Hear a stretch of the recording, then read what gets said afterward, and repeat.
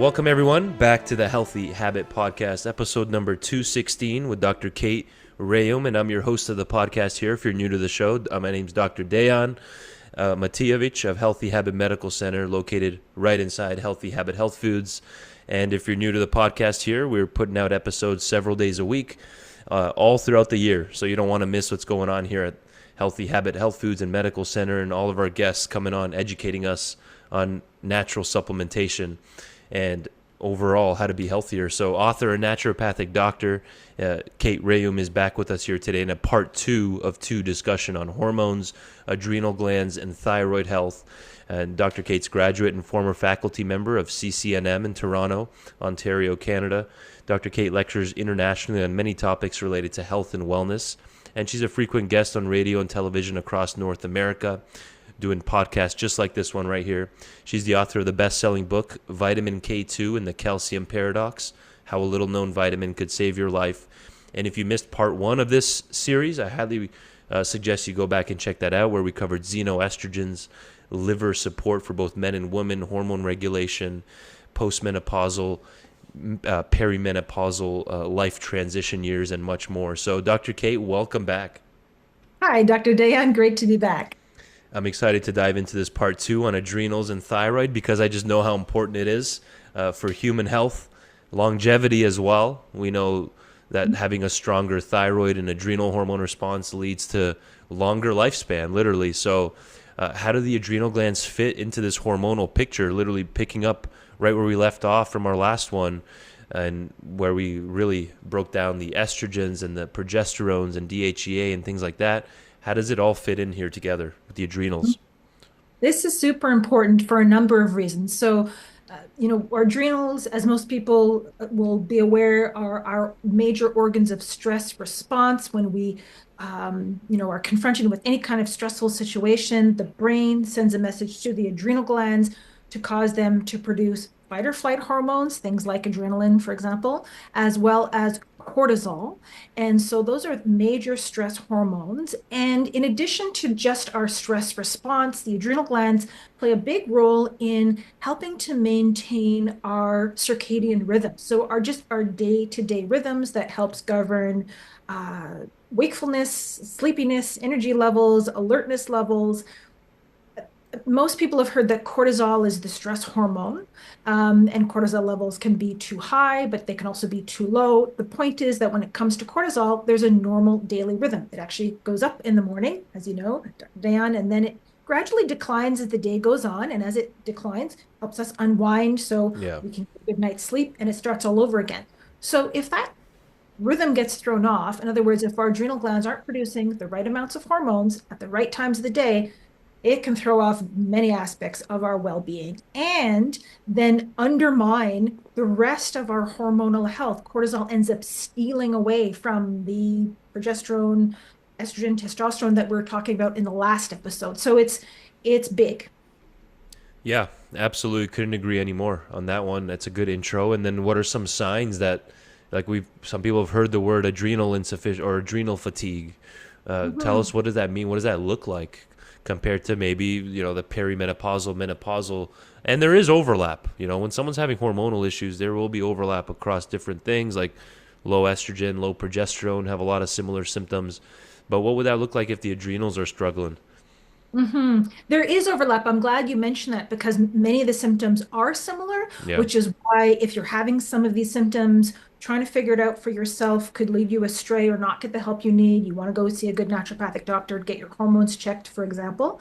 However, when we've been under a lot of stress for a long period of time. Maybe you've had a few major life events, or maybe you have, I don't know, been through a pandemic or something has Yeah. happened, or multiple things, and the adrenal glands have been pumping out hormones. And then after that procedure, or after that process rather, they can become what we say is tired, which means the adrenal glands aren't producing the right amounts of hormones at the right time of day. Maybe they're not producing enough cortisol in the morning, so you're feeling sluggish, you're lagging, hard to get going. And then you, at the end of the day, are feeling tired and wired. You are agitated, can't relax, can't get to sleep, poor sleep quality. So, fatigued in the beginning of the day, wired at the end of the day. Right. These are some of the classic symptoms. And eventually people can experience, burnout or a sense of burnout. So you just exhausted, flat mood, not a lot of energy subsequent to stress. Um, and again, this can have ripple effects for increasing hot flashes and night sweats for people who are in that perimenopausal stage, which is why there's this overlap. But often, that foundation, the adrenal glands really are a foundational organ, and getting this daily rhythm back on track is really important for our day-to-day and foundational health. And what would be the key nutrients that support the adrenal health that we should be thinking about overall? There are several of them. The first one that pops into mind is vitamin C. It is required for the reactions that make dopamine, adrenaline, noradrenaline, our fight or flight, get up and go hormones. That's important. The B vitamins are important, all of them, but particularly B5 is important when we're under stress. We need things, minerals like zinc, for example, and magnesium. So there are a number of nutrients that either we should be getting from our diet, or when we're under stress, we probably need extra in terms of supplements to ease that, or to get through the stressful time. And then there are botanical medicines, so plant-based medicines that help support our adrenal glands. And I think that people don't know enough about those as well, because they can make a huge difference in how we feel. I like that you added that last one because a lot of herbs or plants can be looked at as nutritive, right? Where they actually provide nutrition, like nettles, for example. It's really good for men's health, really rich in iron and a bunch of other minerals. So that's an example of a nutritive herb. So tell us then about the AdrenaSense product, how these specific nutrients in this formula plugs in and supports what you were just saying with the nutrients to support adrenal health. Yeah, so there is a class of botanical medicines, plant-based medicines, herbs, called adaptogens because they help us adapt to or cope with stress. And these herbs will, through different mechanisms, help support the adrenal glands in their ability to produce the right amounts of hormones at the right times of the day. Uh-huh. And so sometimes it works directly on the adrenal glands. Sometimes it helps with what's called the hypothalamus pituitary adrenal. So the connection between the brain and the adrenal glands, that axis. And so some of these in this formula, in the AdrenaSense formula, are among my all-time favorite herbs, near and dear to my heart, like rhodiola. It Uh-huh. is one during times of stress, which will help with the resilience to stress, as most adaptogens do, although rhodiola also provides a very gentle lift in mood, which can be really nice for people who are feeling burnt out, often end up with like a flat mood. So that's one that I really love. There is eleutherococcus, Siberian ginseng, so not a true ginseng that will, say, raise blood pressure, but one that has been studied for extensively in athletes in endurance situations, students studying for exams, these kinds of stressful demands, both physically and mentally on the body. Um, that's an example. Suma is in here, sometimes referred to as Brazilian ginseng. Again, it's not a true ginseng, won't elevate your blood pressure, Yeah. but that term and word is often used for herbs that help with resilience. And it's sometimes hard to put into words how much better people feel when they're taking an adaptogen combo after they have been feeling burnt out or under stress.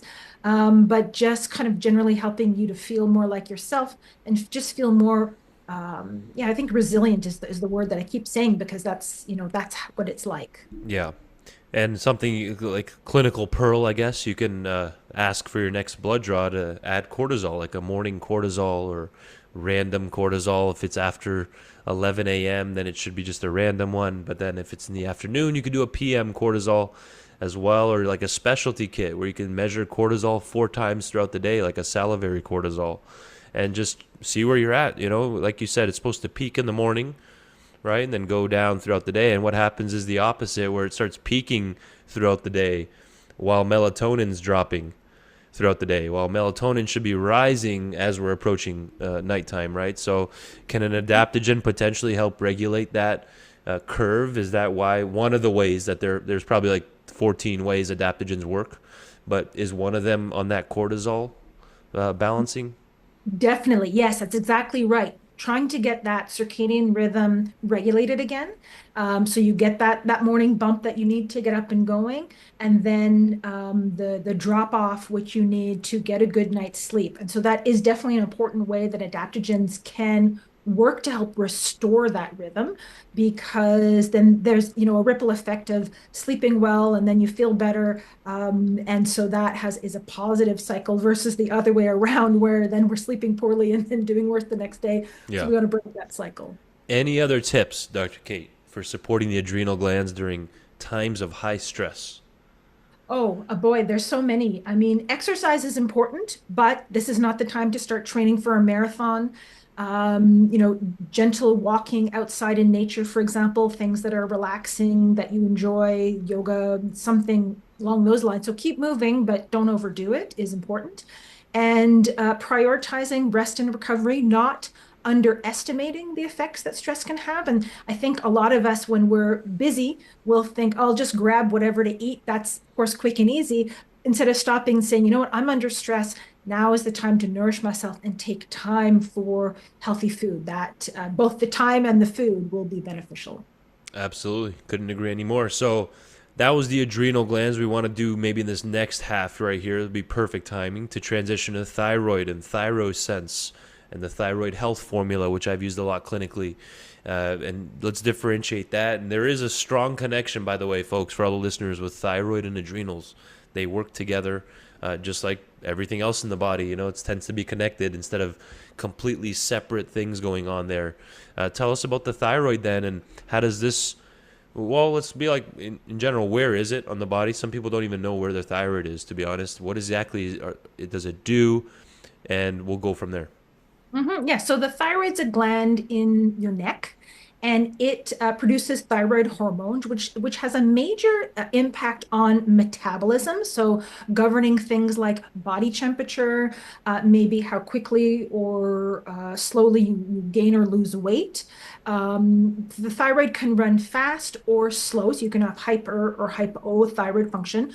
Probably the hypo, the slow thyroid function, is a little bit more common. And then when people have that slow thyroid function, they will see symptoms like feeling cold, tired, weight gain, hair loss, constipation. These are all very common symptoms of low thyroid function. Now, some of those symptoms are also similar to the symptoms we see from adrenal fatigue. That's in part because once we've been under stress, if the adrenal gland is sluggish, that can tax the thyroid gland. So again, there's this relationship between these glands. That means that one can affect the other. And so this again keeps coming back to, if the symptoms are confusing, you're not sure what's going on, rather than trying to treat yourself, check out like a good naturopathic doctor, somebody who can check your hormones, see where your adrenal and thyroid and maybe other hormones are at, as to see which path you should be going down. There are also situations in which people may be undergoing management or treatment for their thyroid, and the blood work looks good, but they still don't feel good. They still have the same symptoms. Now, that again should be measured with an experienced practitioner, and a licensed practitioner. But that's also to say that those symptoms can be improved with better nutritional support for thyroid gland. That's where the ThyroSense comes in. Absolutely. Yeah, that's so true what you said about you can be in the range, right? You have your value and then you compare it to the reference range. You're in the range on all three, let's say free T3, free T4, and TSH, but the symptoms are still there, but they're like on the bottom end of the ranges of where the hormones should be produced, right? So we got to potentially bump them up to at least the mid-range or higher. A lot of people that come to see me have a free T3 under a 3, and the range starts at 2. It goes up to like 4.5, 4.2. And once we get to 3 and above, they start feeling better. So even though they weren't clinically hypothyroid, like off the charts low. So thanks for highlighting that. It's super important.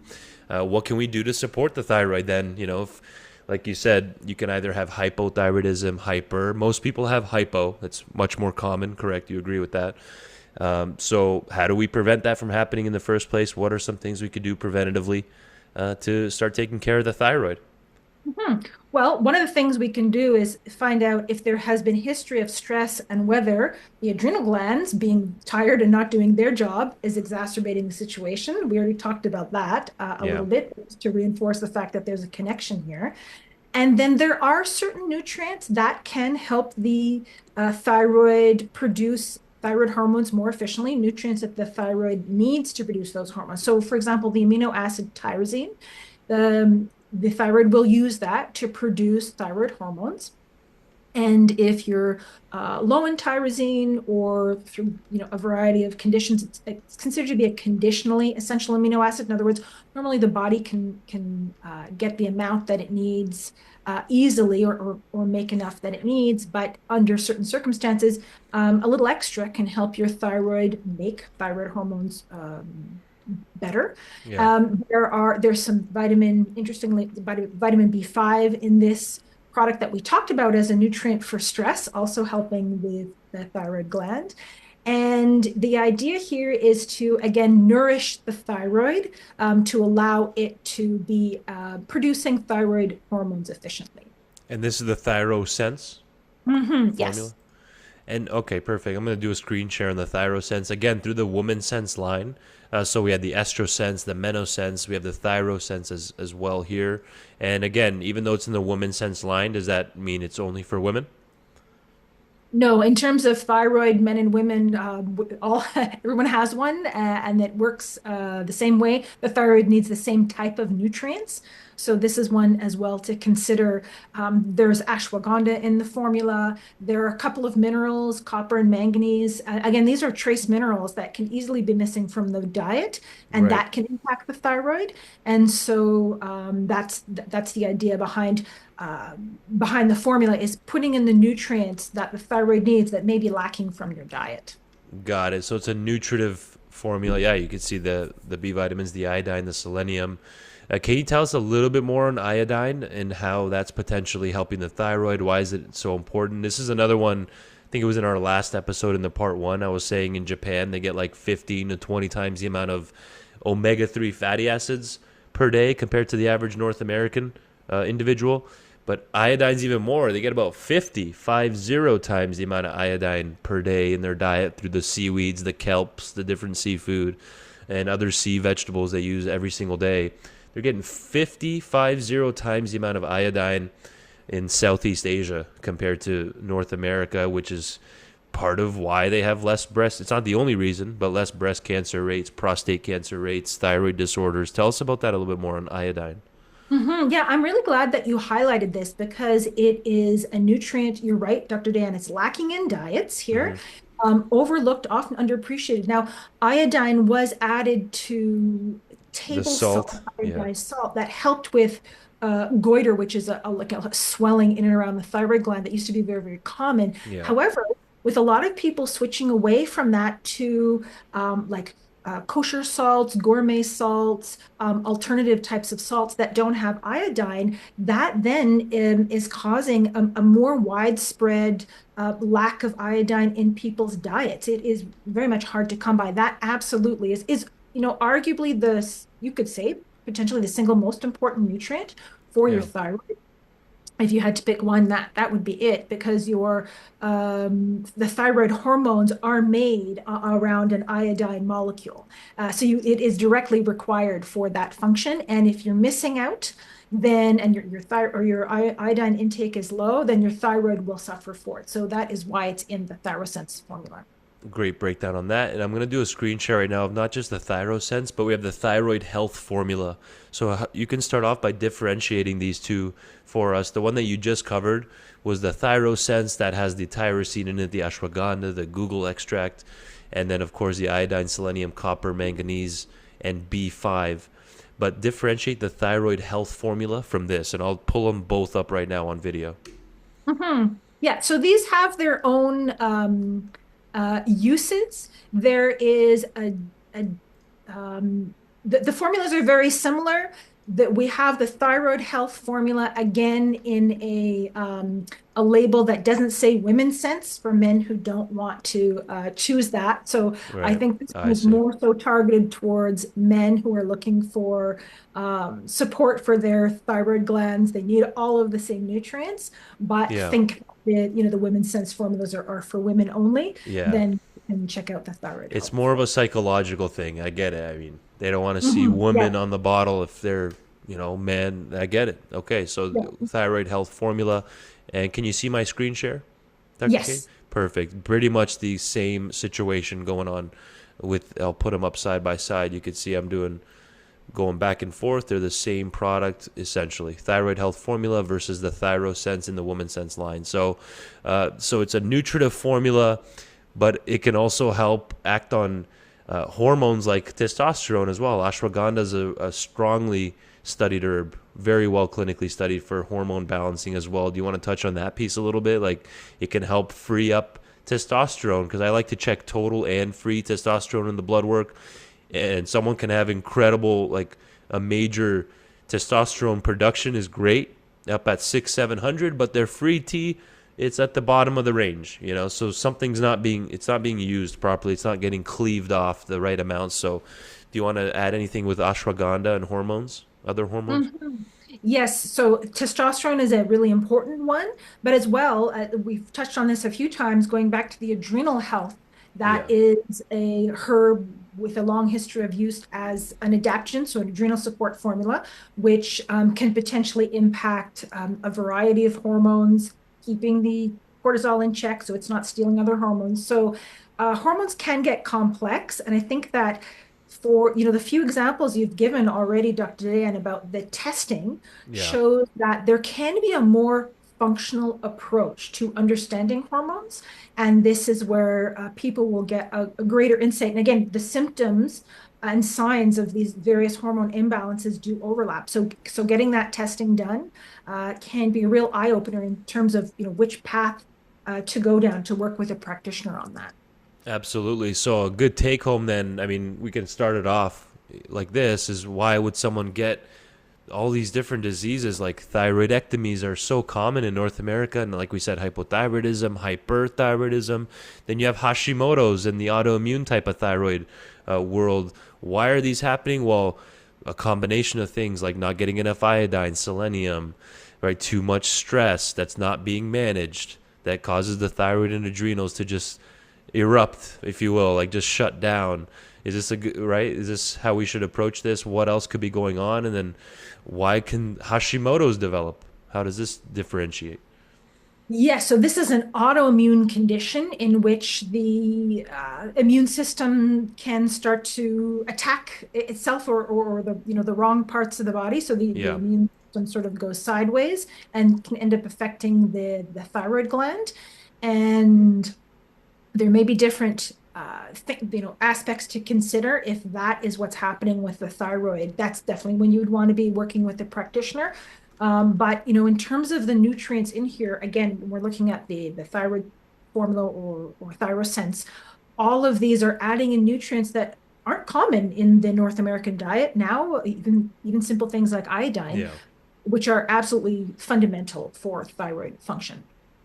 Absolutely. So let's get a take home then, and we'll wrap it up here for today, Dr. K. We had a part one and part two series here this episode, including the previous episode covering thyroid hormones, perimenopausal transition years into menopause and beyond, the adrenals, and you just even highlighted the autoimmune thyroid component as well. So what's a good take home for all our listeners from our two-part series on hormones? Well, if you have listened to both of our parts here in both of the episodes, it may seem overwhelming, but don't be overwhelmed. But the point Uh, here is that yeah. there's lots that can be done naturally, and there's lots that you can do through diet, lifestyle, nutritional supplements to help get your hormones back online and feel a lot better a lot sooner. I think probably the one question coming to mind after all of this, people may be thinking, well, where should I start? It's hard to say for sure where any individual should start. However, obviously optimizing sleep, exercise, good nutrition, and then often starting, I find, with adrenal support won't steer just about anybody wrong because we have, everybody, experiences stress. And then after that, go from there and see where your symptoms and or blood work leads you. Always appreciate your time. The legendary Dr. Kate Rhéaume, everybody. Thank you for your time, Dr. Kate. I look forward to our next one. I And do before I too. forget, drkatend.com, DOCTOR instead of DR, KATEND.com, and then naturalfactors.com. Thanks again, Dr. Kate. Thanks, Dr. Dan. Take care. Bye for now.